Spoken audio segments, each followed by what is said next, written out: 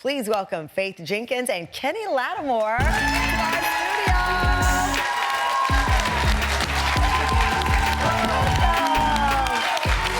Welcome. Have a seat. Hello.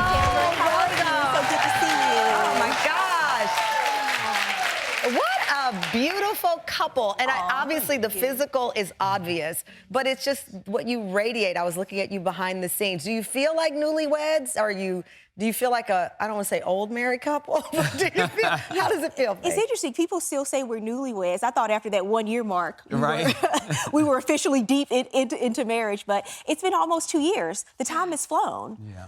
It's been amazing. It's been interesting. You know, we got married right before, 5 days before everything shut down in LA. We really had no idea what was coming. And I joke with Kenny because I say, I waited all this time. You mean to tell me I waited all this time to get married and 5 days later the world is about to end? Well, that's true. I mean, you think like of all the times for this to happen. Yeah. But as we said, with these trying times, things have been a blessing and a curse, and you see the good and bad and all of it. But to your point, Faith, you were 44 at the time. Mm-hmm. That's not late, but that's late. Mm-hmm. To be honest with you, I was 49, so that's ancient. Yeah. But it came a little later for you. What had happened in the past because I never like the question, why aren't you married? Because people ask me that. But did you ever ask yourself, why am I not married? I used to get that question all the time. Did you ever ask yourself that? I know people inappropriately ask it, but did you ever ask it of yourself? Well, I started to when people would project the question on me, Tamron. Mm-hmm. I was okay. I was living in New York, living my best life, working, had my dream job. And I think that the negative insinuations from the questioning started to weigh on me. Wow. And I started to question myself and say, well, is not being married something I need to explain? Is that something I need to defend to other people? Is there something wrong with me not being married by a certain age? Because the questioning seemed to insinuate to me that if I wasn't married by a certain age, that it was a byproduct of something off within me. Right. Something was wrong with you. Yes, which is not true. Well, of course, that should go without saying. But yes, there's nothing wrong with you, but you start to internalize, and that builds up walls. For you, Kenny, you had walls of a different sort. You had been married before and gone through a divorce, and that can many times make people say, I don't want to dip my toe in this again. I'm good.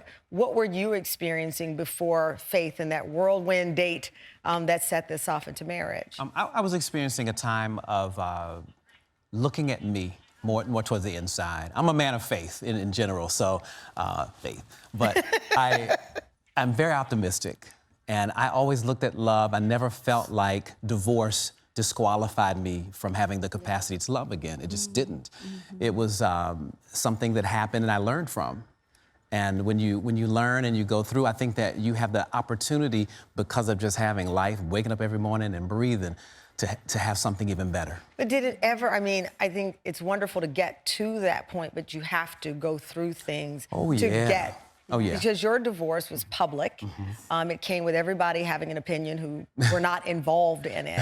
And did that create any type of worry or anxiety about launching in and going through scrutiny again?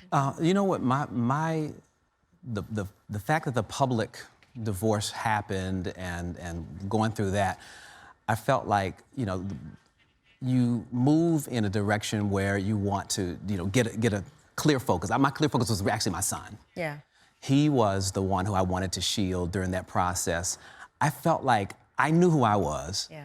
And it didn't matter what anybody said, because I can't control what anybody says. But even having a child sometimes can create a wall, meaning you want to protect your child. You don't want to introduce your child to new people, because what if it doesn't work out? So that's a different form of a wall that can keep you, because your children will love who you love. I almost took 10 years before. It was about 9 years before we got together. I think people don't realize after the divorce.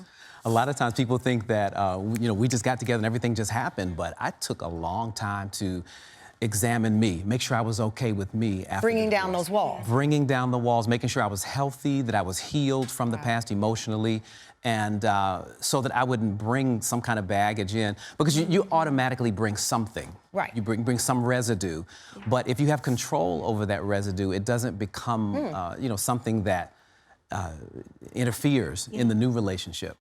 The reason why we wanted Fall in Love Week, because it's around the holidays, right? And you start thinking about, wow, do I want to be with somebody? You know, do I want to move forward? What's keeping me back from love, so to speak? And Faith, you have that saying about you can't be a cynic about love and then basically want it at the same time. What do you mean by that? Well, because you can't be cynical and have, as we get older, Tamron, it's, I find that it was harder to fall in love because I'd been through rejection. I'd been through betrayal. You go through hurt.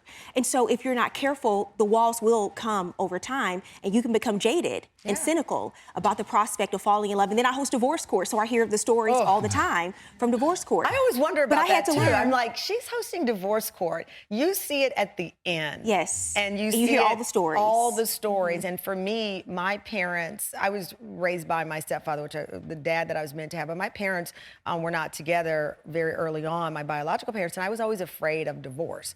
I was like, I have to find someone that I can know for at least 18 years, because that's what I figured we'd raise a child. But that fear of a failed relationship in my 30s consumed me, so I stopped dating for a minute because I didn't want to have another failed relationship, whether it was my fault or their fault. And that's where the breakdown really comes, being scared and having that fear, but in having to learn that the fear doesn't serve you. What it really is protectionism, but it poisons your perspective. It does if poison you hold your on to it. Because then you go into new relationships and you're making someone pay for something that happened in your past. So it really is about learning to let go of that past. And that's what I loved about when we met. We had done the work. We both had relationships that didn't work out for one reason or another, but we were able to come together and talk about those experiences and what we wanted to bring to our marriage to make it work. Kenny, you talk about a safety that you believe men want. What do you mean by that? Well, you want to be I think, first of all, that men and women, we have the same desires in terms of security and wanting to be vulnerable with someone.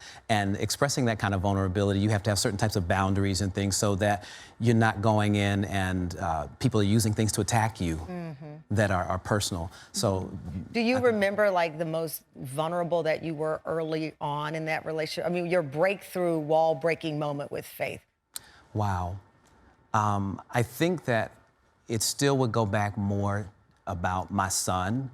I had some different things that I wanted to accomplish with him, and there are things I wanted to protect him from.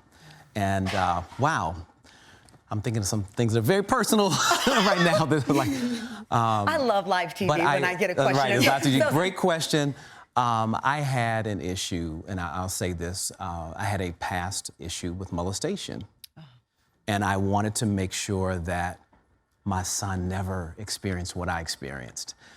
And I was with Faith and about to go on television to say that publicly. And it was a really tough kind of time. And when I went to Faith and we talked about it, she's like, "Are you sure you want to really, address this on the show?" I was like, "I have to, because this is a part of the story." When he got to be 5 years old, which was the time that I remember, things happening for the first time, I was just very guarded. Yeah. And you want to make sure that, I just felt like, I don't want this to happen. I want him to have this freedom to love, like what we're talking about, without a tremendous amount of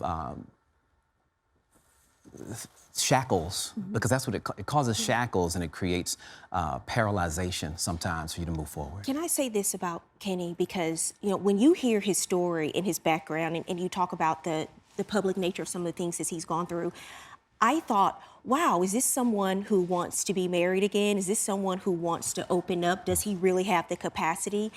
I've been blown away by him, because there is never once in our marriage, in our relationship, have I felt this guard, these walls, this past pain or hurt being projected onto me. Right. Not once. And I talk about this all the time. When you go through, it's easy to be good to people when things are great, when your relationship is going well. But the true character, the true measure of a person is how you treat each other when things are difficult and when you're going through adversity. And all throughout, he has always respected, honored, and cherished me. You know what? It's so true. In the beginning of this interview, we were all smiling, and I saw this transition of you talking about being a survivor of abuse, and your backup, your partner in life, grabbed your hand so subtly just now, Yeah. and shored you up, Yeah. because she felt That's safety. that's That's the safety. safety. Wow. Well, thank you both. Oh. You're incredible. Thank you and congratulations, and the courage you've shown in telling your story and your truth is remarkable, and we celebrate you. And this woman next to you is solid as a rock. Thank you so much, Faith. Thank you.